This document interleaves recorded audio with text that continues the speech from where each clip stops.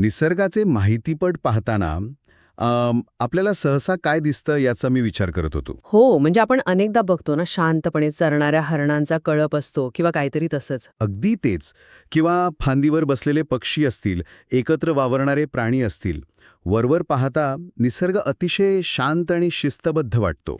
एकमेकांशी अगदी जुळवून घेणारा असा तो भासतो. हो ना, जणू काही त्यांच्यात एक अलिखित नियम आहे की बाबा विनाकारण कोणालाही दुखापत करायची नाहीये.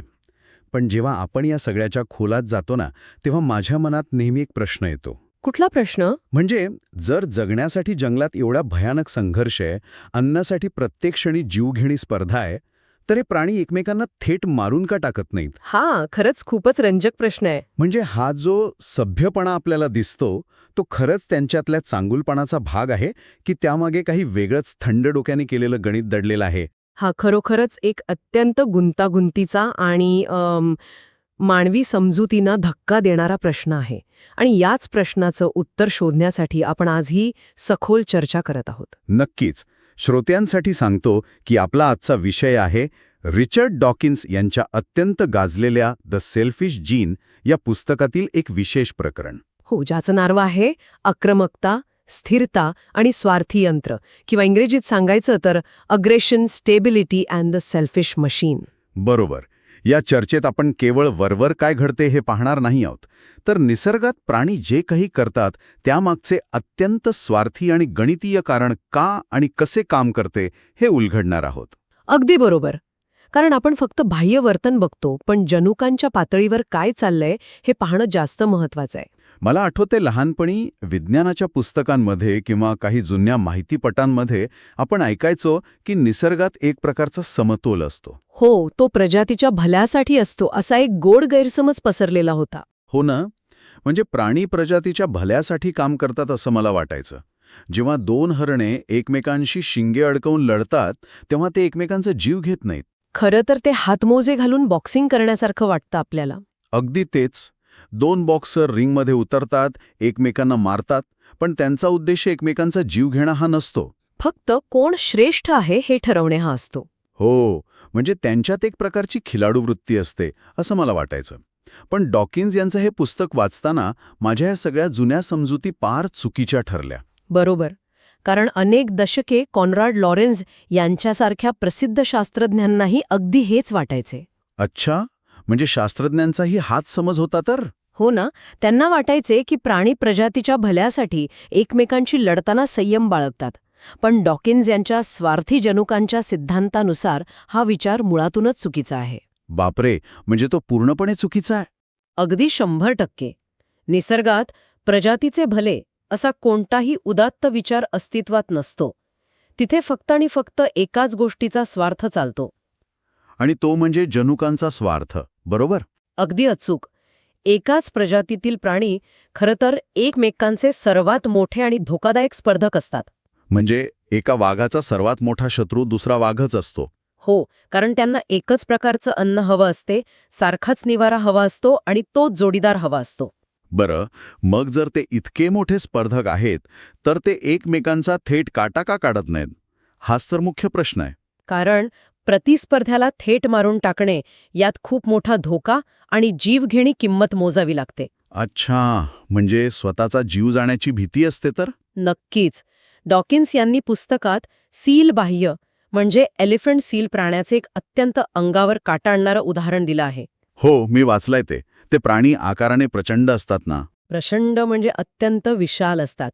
आणि त्यांच्यात एका नराला अनेक माद्यांच्या समूहावर, ज्याला हरेम म्हणतात, त्यावर ताबा मिळवायचा असतो. बरं. आता विचार करा, एखाद्या नवीन सीलला जर त्या समूहावर ताबा मिळवायचा असेल तर तो लगेच जाऊन जुन्या प्रस्थापित सीलवर अंधाधुंद हल्ला का करत नाही? म्हणजे हे एखाद्या चतुर गँगस्टर सारखं झालं ना. कसं काय? समजा शिकागोच्या रस्त्यावर एखाद्या गुंडाला आपली गँग मोठी करायची आहे. तो काही लगेच रस्त्यावर जाऊन दुसऱ्या गँगच्या बॉसवर अंधधुंद गोळीबार करत सुटत नाही ना. अगदी बरोबर. कारण त्याला माहीत असतं की जर समोरच्यानेही गोळ्या चालवल्या तर स्वतःचाही जीव जाऊ शकतो. हो ना, तो स्वतःचा फायदा, होणारा धोका आणि किंमत या सगळ्याचा पक्का हिशोब करूनच पावलं उचलतो. अगदी अचूक उपमा दिलीत. सीलबाह्य प्राणीही अगदी याच गँगस्टरसारखा विचार करत असतो. जर त्याने थेट जीवघेणी लढाई सुरू केली तर समोरचा सीलही आपला जीव वाचवण्यासाठी तितक्याच क्रूरपणे प्रतिकार करेल. आणि मग त्या भयानक लढाईत हल्ला करणाऱ्या सीलला गंभीर दुखापत होऊ शकते. नक्कीच. आणि समजा तो लढाई जिंकला आणि त्याने समूहावर ताबा मिळवला तरी त्या विजयाचा काय उपयोग? म्हणजे जर तो गंभीर जखमी झाला असेल तर तो त्या माद्यांसोबत प्रजोत्पादन करू शकणार नाही. हो, किंवा इतर शिकारी प्राण्यांपासून स्वतःचा बचावही करू शकणार नाही. बापरे, म्हणजे थोडक्यात त्याचा विजय हा त्याच्यासाठी पराभवापेक्षाही भयंकर ठरू शकतो. अगदी तेच. म्हणून निसर्गात दिसणारा हा जो तथाकथित संयम आहे तो प्राण्यांमधली दया किंवा नैतिकता नाहीये. तो निव्वळ स्वतःचा जीव वाचवण्यासाठी आणि स्वतःचे जिनूक पुढे नेण्यासाठी केलेला एक अतिशय थंड डोक्याचा स्वार्थी हिशोब आहे तर. तंतोतंत. आणि हा हिशोब कसा चालतो, हे निसर्गात कसं ठरतं, हे समजण्यासाठी आपल्याला एका अत्यंत महत्त्वाच्या संकल्पनेकडे वळावे लागेल. कोणती संकल्पना? डॉकिन्स यांनी त्यांच्या पुस्तकात जॉन मेनार्ड स्मिथ या शास्त्रज्ञाने मांडलेली एक अफलातून संकल्पना स्पष्ट केली आहे, जिला ESS म्हणतात. ESS म्हणजे इव्होल्युशनरी स्टेबल स्ट्रॅटेजी ना? हो, मराठीत सांगायचं तर उत्क्रांतीच्या दृष्टिकोनातून स्थिर धोरण. हे नाव ऐकायला खूप तांत्रिक आणि रुक्ष वाटतं, पण याची मूळ कल्पना मला खूपच रंजक वाटली. थोडं सोप्या भाषेत सांगता येईल का? नक्कीच.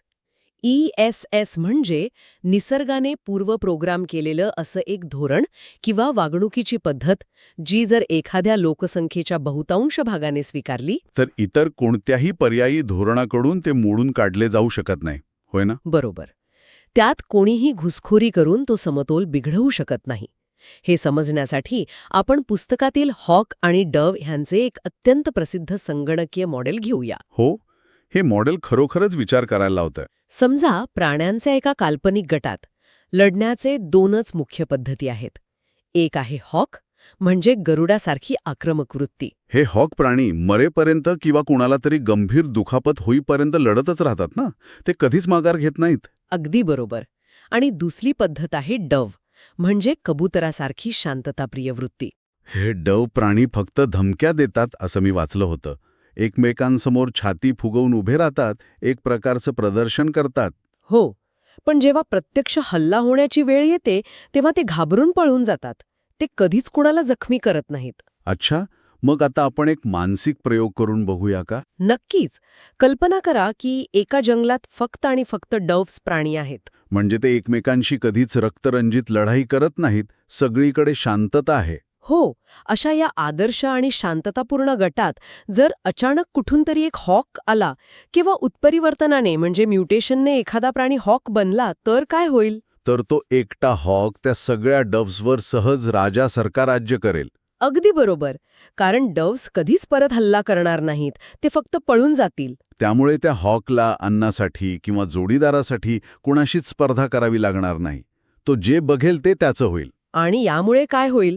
त्या हॉकला भरपूर अन्न मिळेल, तो भरपूर प्रजोत्पादन करेल आणि त्याचे हॉक जणूक वेगाने पसरतील. बघता बघता त्या जंगलात हॉक्सची संख्या प्रचंड वाढेल. पण आता नाण्याची दुसरी बाजू पाहूया. समजा आता त्या जंगलात सगळेच्या सगळे प्राणी हॉक बनले आहेत. आता काय होईल? आता तर तिथे नुसता रक्तपात होईल. ते प्रत्येक छोट्या गोष्टीसाठी, अन्नाच्या एका तुकड्यासाठी एकमेकांशी जीवघेणी लढाई करतील. हो ना. सततच्या लढायांमुळे ते गंभीर जखमी होतील आणि अनेक जण मारले जातील. त्यांचे खूप नुकसान होईल. मग अशा वेळी काय होतं? अशा या अत्यंत हिंसक आणि रक्तरंजित हॉक्सच्या गर्दीत जर एखादा शांतताप्रिय डब चुकून जन्माला आला तर काय आश्चर्य घडेल बघा. तो डाव सर्वात जास्त यशस्वी ठरेल का? नक्कीच. कारण जेव्हा हॉक्स एकमेकांशी लढून स्वतःला गंभीर जखमी करत असतील तेव्हा हा डाव शांतपणे पळून जाईल, लपून राहील. अच्छा, तो कधीच जखमी होणार नाही. तो जीव वाचवेल आणि आपले डाव जणूक पुढे नेईल. अगदी बरोबर. पण थांब, पुस्तकात जे गणिताचं उदाहरण दिलंय त्यावरून माझ्या मनात एक शंका आली. विचार ना. पुस्तकात म्हटलंय की शेवटी निसर्ग एका स्थिर गुणोत्तरावर म्हणजे एका स्टेबल रेशिओवर येऊन थांबतो. म्हणजे 7/12 हॉक्स आणि 5/12 डव्स. हे गणित नेमकं कसं काम करतं? निसर्ग हा अदृश्य तराजू कसा संतुलित करतो? हेच तर या ESSचे सौंदर्य आहे. निसर्गात केवळ डव असणे किंवा केवळ हॉक असणे हे दोन्ही स्थिर असू शकत नाही. म्हणजे दोन्ही टोकाची धोरणे टिकत नाहीत तर? बरोबर. जेव्हा हॉक्सची संख्या खूप वाढते तेव्हा ते एकमेकांना इतके जखमी करतात की हॉक असण्याचा सरासरी फायदा शून्याच्या खाली जातो. अच्छा, तेव्हा डव असणे फायद्याचे ठरते. मग डवची संख्या वाढू लागते. हो, पण डव खूप वाढले की पुन्हा हॉक असणे फायद्याचे ठरते. हे पारडे वर खाली होत राहते. आणि शेवटी एका अशा बिंदूवर येऊन थांबते जिथे हॉक असण्याचा फायदा आणि डव असण्याचा फायदा अगदी समान असतो. अगदी अचूक. गणितीयदृष्ट्या हे प्रमाण 7/12 हॉक्स आणि 5/12 डव्स असे येऊ शकते. यालाच ESS म्हणतात. पण मला इथे एक गोष्ट खटकतीये. कोणती? जर आपण या गणिताचा विचार केला तर सर्व प्राण्यांनी मिळून डव बनण्याचा एक शांततेचा कट का नाही रचला? म्हणजे ऑल डव कॉन्स्पिरसी? हो, जर सर्व प्राणी डव बनले तर सर्वांना मिळणारा सरासरी फायदा हा पेक्षा जास्त असतो. म्हणजे सर्वांनी शांत राहण्यात सर्वांचाच सर्वात जास्त फायदा आहे. वेळ वाचतोय, कुणी जखमी होत नाहीये. मग प्राणी असा शांततेचा आणि सामंजस्याचा करार का करत नाहीत? हा प्रश्न खूपच रास्त आहे आणि अनेकदा मानवी दृष्टिकोनातून आपण असाच विचार करतो. पण निसर्गात असा कट कधीच टिकू शकत नाही. का टिकू शकत नाही? कारण त्यात अंतर्गत विश्वासघाताचा म्हणजे ट्रेचरी फ्रॉम विदिनचा सर्वात मोठा धोका असतो. अच्छा, म्हणजे कुणीतरी दगाफटका करणारच. होला, जरी सर्व डव्सनी मिळून ठरवले की आपण सर्वजण शांत राहू तरीही जनुकांच्या पातळीवर चुका किंवा म्युटेशन होतेच. म्हणजे जर चुकून एकाही प्राण्याने या शांततेच्या करारात स्वार्थाने हॉक बनण्याचे ठरवले तर तो त्या सिस्टमचा गैरफायदा घेऊन स्वतःची भरभराट करेल आणि संपूर्ण सिस्टम नष्ट करेल. बापरे. विश्वासघाताला अभेद्य असते. हे ऐकल्यावर लक्षात येतं की निसर्गाची न्यायव्यवस्था मानवी कल्पनेपेक्षा किती वेगळी आणि निर्दयी आहे. पण प्रत्यक्ष जंगलात आपण पाहतो की प्राणी इतके साधे नसतात. म्हणजे तुला काय म्हणायचंय? ते फक्त हॉक किंवा फक्त डव या दोनच प्रकारात विभागलेले नसतात. निसर्ग यापेक्षा खूप गुंतागुंतीचा आहे ना? नक्कीच. हॉक आणि डव ही फक्त समजावून सांगण्यासाठी घेतलेली अत्यंत साधी मॉडेल्स होती. मग प्रत्यक्ष निसर्गात काय होतं? जेव्हा शास्त्रज्ञांनी निसर्गातील प्रत्यक्ष वर्तनाचे विश्लेषण करण्यासाठी संगणकावर अधिक गुंतागुंतीची मॉडेल्स चालवली तेव्हा त्यांना आणखी काही रंजक धोरणे दिसली. जसे की बुली आणि प्रोब रिटॅलिएटर. हो, बुली म्हणजे असा प्राणी जो सुरुवातीला हॉकसारखा हल्ला करतो, खूप आक्रमकपणा दाखवतो. पण जर समोरच्याने जरा जरी प्रतिकार केला तर तो घाबरून पळून जातो. बरोबर. आणि प्रोबर्ट रिटॅलिएटर म्हणजे जो थोडीफार चाचपणी करतो, खोडी काढून पाहतो, समोरचा तापट असला की पळ काढतो. पण या सगळ्यांमध्ये सर्वात जास्त यशस्वी कोण ठरलं? पुस्तकानुसार रिटॅलिएटर म्हणजेच सूड घेणारा किंवा चोख प्रत्युत्तर देणारा हे नेमकं कसं काम करतं? रिटॅलिएटर हे धोरण खरोखरच निसर्गातील एक मास्टर स्ट्रोक आहे. हे प्राणी सुरुवातीला डवसारखे अतिशय शांत असतात. म्हणजे ते स्वतःहून कधीच कुणावर हल्ला करत नाहीत. नाही करत. ते फक्त प्रदर्शन करतात. पण जर प्रतिस्पर्धेने त्यांच्यावर हल्ला केलाच तर मात्र ते हॉकसारखे अत्यंत हिंसकपणे लढतात आणि चोख प्रत्युत्तर देतात. अच्छा. जेव्हा संगणकीय प्रयोगांमध्ये या सर्व धोरणांची एकमेकांशी लढत लावली गेली तेव्हा फक्त रिटॅलिएटर हेच खऱ्या अर्थाने एक मजबूत स्थिर धोरण म्हणजे ESS म्हणून समोर आले. पण रिटॅलिएटर का जिंकतो आणि बुली का हारतो यामागचं लॉजिक काय आहे? लॉजिक अगदी सोपं आहे. बुली नेहमी डवच्या शोधात असतो जो पळून जाईल. बरं, जेव्हा बुली एखाद्या रिटॅलिएटरवर हल्ला करतो तेव्हा त्याला वाटतं हा पळून जाईल. पण रिटॅलिएटर अचानक हॉक बनून उलट हल्ला करतो. हा. आणि बुलीला मार खायची सवय नसते, तो घाबरून पळतो. अगदी तेच. यात बुलीची उगाचच ऊर्जा वाया जाते. रिटॅलिएटर बहुतांश वेळ डवसारखा वागून स्वतःची ऊर्जा वाचवतो आणि दुखापत टाळतो. पण जेव्हा स्वतःच्या अस्तित्वावर येते तेव्हा तो लढून स्वतःचा बचाव करतो. हो, हे जनुकांच्या दृष्टिकोनातून सर्वात कॉस्ट इफेक्टिव्ह म्हणजे कमी खर्चात जास्त फायदा देणारं धोरण आहे. हा, खऱ्या अर्थाने श्रोत्यांसाठी एक आहा मोमेंट आहे. म्हणजे आपण जेव्हा आपल्या आजूबाजूला पाहतो, मग ते रस्त्यावरचे कुत्रे असोत, चरणाऱ्या गायी असोत किंवा पक्षी, बहुतेक प्राणी आपल्याला शांत दिसतात. हो, ते उगाच कोणावर हल्ला करत नाहीत. हे यामुळे नाही की ते मूळचेच अहिंसक, साधे किंवा संत प्रवृत्तीचे आहेत, तर ते शांत आहेत कारण ते रिटॅलिएटर धोरण वापरत असतात. अगदी बरोबर, ओळखलंस. ते जणू काही वाट पाहत असतात. तू मला त्रास देऊ नकोस, मी तुला देणार नाही, पण जर तू अंगावर आलास तर मी शिंगावर घेतल्याशिवाय राहणार नाही. हेच ते धोरण आहे जे उत्क्रांतीच्या दृष्टीने टिकून राहिले आहे. क्या बात है. पण प्रत्यक्ष निसर्गात जेव्हा दोन रिटॅलिएटर समोरासमोर येतात तेव्हा काय होते? दोघांनाही लढायचे नसते. मग तिथे विवाद जलद गतीने सोडवण्यासाठी निसर्गात काही अलिखित नियम तयार होतात, ज्याला आपण असमानतेचा फायदा किंवा असिमेट्रीज म्हणू शकतो. पण जंगलात हॉक किंवा डव कोण हे कसं ठरतं? कारण सगळीच प्राणी काही सारख्या ताकदीचे नसतात. बरोबर. जेव्हा दोन प्राणी समोरासमोर येतात तेव्हा त्यांच्यात नेहमीच काहीतरी असमानता असते. डॉकिन्स यांनी 3 प्रकारच्या असमानता सांगितल्या आहेत. कोणत्या आहेत ते 3? पहिली सर्वात सोपी म्हणजे आकार आणि ताकद. अच्छा, म्हणजे जो आकाराने मोठा आहे तो जिंकणार. हे दोघांनाही उघड दिसत असते. हो ना. त्यामुळे लहान प्राणी आधीच माघार घेतो आणि लढाई होतच नाही. दुसरी असमानता म्हणजे विजयापासून मिळणारा फायदा किंवा धोका ना. समजा एखादा म्हातारा प्राणी आहे आणि एक तरुण प्राणी आहे. हे कसं काम करतं? कसंय, म्हाताऱ्या प्राण्याला लढाईत हरल्यास गमावण्यासारखे खूप कमी असते. कारण त्याचं आयुष्य आणि प्रजोत्पादनाचा काळ तसाही संपत आलेला असतो. बरोबर. त्यामुळे तो जीव धोक्यात घालू शकतो. पण तरुण प्राण्याकडे संपूर्ण आयुष्य उरलेले असते. त्याला अनेक पिल्लांना जन्म द्यायचा असतो. म्हणजे तरुण प्राण्याला लढाईतील दुखापतीचा धोका जास्त महागात पडू शकतो. हो. त्यामुळे अनेकदा तरुण प्राणी म्हाताऱ्या आणि अनुभवी प्राण्यासमोरून पळ काढतो. बापरे. आणि तिसरी असमानता तर मला सर्वात जास्त रंजक वाटली. कोणती? पूर्णपणे अनियंत्रित किंवा ज्याला आपण आर्बिट्ररी असमानता म्हणतो ती. जसे की रहिवासी विरुद्ध घुसखोर. हो. रेझिडेंट वर्सेस इंट्रूडर. समजा एकाच आकाराचे आणि ताकदीचे 2 प्राणी एकाच अन्नाच्या तुकड्यासाठी किंवा जागेसाठी समोरासमोर आले, तेव्हा तिथे एक अलिखित नियम लागू होतो. कोणता नियम? रहिवासी जिंकतो आणि घुसखोर पळून जातो. अगदी बरोबर. म्हणजे हे असं झालं ना, समजा मी उद्यानात गेलो आणि एका बाकावर माझा रुमाल किंवा पिशवी ठेवून जागा पकडली. हा. नेहमीच घडतंय आपल्यासोबत. हो ना. आणि जेव्हा दुसरा माणूस तिथे येतो तेव्हा तो रुमाल पाहून तिथे बसत नाही. तो काय कायद्याला किंवा पोलिसांना घाबरून तिथे बसत नाहीये का? अजिबात नाही. तो विचार करतो की एका बाकासाठी विनाकारण भांडण कशाला करायचे. अगदी तेच. तो हाच निसर्गाचा अलिखित नियम पाळत असतो. रहिवासी जिंकतो. रुमाल ठेवणारा रहिवासी झाला. तिथे वाद घालून वेळ आणि ऊर्जा वाया घालवण्यापेक्षा ती जागा सोडून देणं हा ESS आहे. अतिशय सुंदर आणि चपखल उपमा दिलीस. मानवी समाजातही नकळत आपण हेच नियम पाळतो. निसर्गात हा नियम पाळल्यामुळे वेळ आणि दुखापत टळते. हो, खरंच. हे माणसाच्या नाणेफेक करण्यासारखे आहे. ज्याला काटा मिळेल तो जिंकेल. यात कुणालाही दुखापत होत नाही आणि वाद लगेच मिटतो. पण याच संदर्भात पुस्तकात एका विरोधाभासी धोरणाचा म्हणजे पॅराडॉक्सिकल स्ट्रॅटेजीचा सुद्धा उल्लेख आहे. तो आणि रहिवासी पळून जातो. हे तर पूर्णपणे तर्काच्या विरुद्ध आहे. एखादा मोठा प्राणी लहान प्राण्याला घाबरून का पळेल? ते तर्काच्या विरुद्ध नक्कीच वाटते आणि निसर्गात असे प्रकार खूप दुर्मिळ आहेत. पण मग ते पुस्तकात का आलंय? कारण डॉकिन्स स्पष्ट करतात की गणितीयदृष्ट्या हे सुद्धा स्थिर राहू शकते. कसं काय? जर संपूर्ण लोकसंख्येने पिढ्यानपिढ्या हा उलटा नियम स्वीकारला तर लढाई न होताच निकाल लागेल. म्हणजे मोठा प्राणी पळून जाईल आणि लहान जिंकेल, कुणीही जखमी होणार नाही. अगदी बरोबर. जोपर्यंत कुणालाही दुखापत न होता विवाद सुटतोय तोपर्यंत ते धोरण ESSच्या गणितानुसार टिकून राहू शकते. भारीच आहे.